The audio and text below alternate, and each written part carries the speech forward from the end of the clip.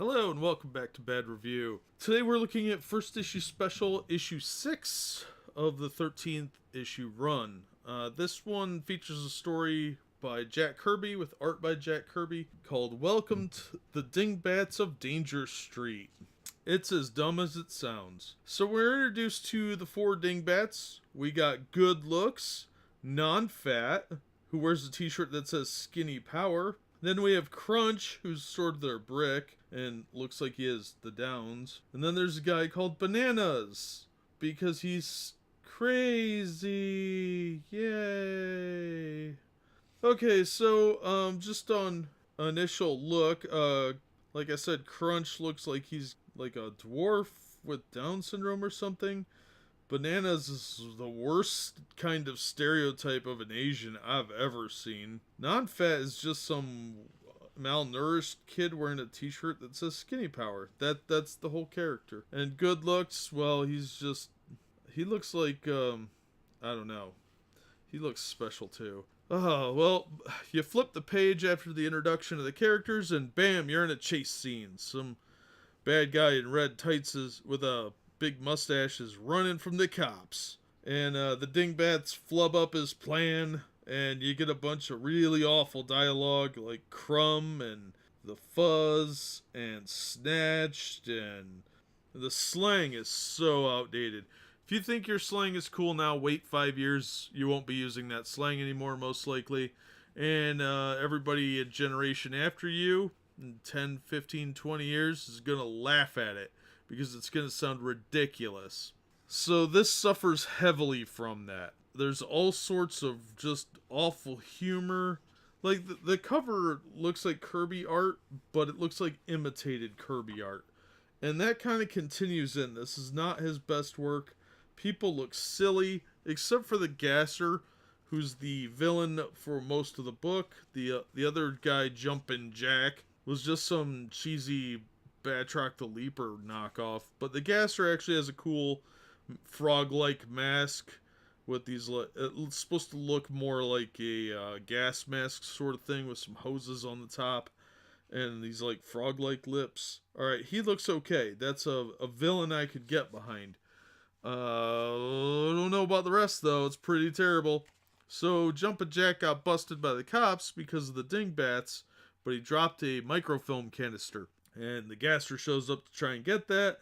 There's some shenanigans. It's really cheesy.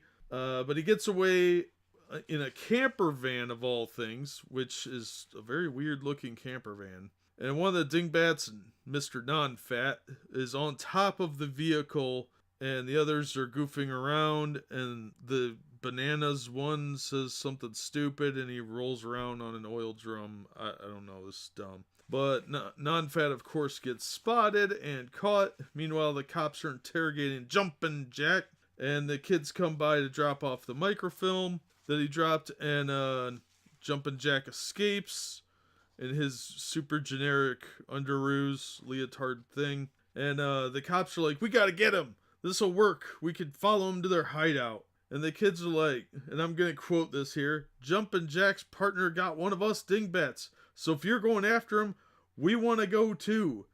And the cop, of course, responds with, that makes sense. Come along. So, yeah, that's how you get fired from the police department, endangering the life of 3 children. I mean, these kids are like 12 to 14, I suppose. So anyway, they follow Jumpin' Jack, and they're like, cheese it, it's the cops. Because they meet up in some arbitrary spot. Deserted waterfront pier. Yeah, this is so bad. So, of course, then a gunfight happens, and Detective Mullins puts the kibosh on the Gasser, and the other cops put their guns in the face of Jumpin' Jack, and they arrest them, and yay! And the other kid, the kid and the executive that was kidnapped are fine. So terrible. Through the whole thing, Non-Fat keeps kicking people and hurting himself, and it's really dumb. And the kids are just like some random latchkey kids. I don't know, they're just not interesting. Even the supposed crazy kid isn't that crazy. He's just like on the spectrum or something. This has to be one of the worst comic books I've ever read. Not because it didn't have a coherent story, it just had terrible coherent story. This was almost painful. And it's 1970s, so it's incredibly dated slang.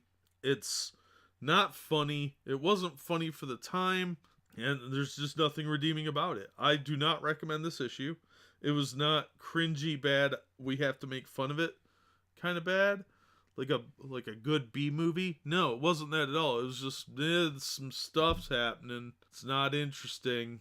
A little bit of action that doesn't make any sense with these random stray children that are unattended by adults. It's not clear if they're homeless or they're just lurking around on Danger Street. So I don't know. This is Kirby earned his paycheck by producing the most boring thing I think of his career. I've read some stuff that I wasn't real impressed with by Kirby before, but this is a whole new level. So I can't recommend this even as like it's so awful you gotta see this kind of thing. Nope, it's just boring.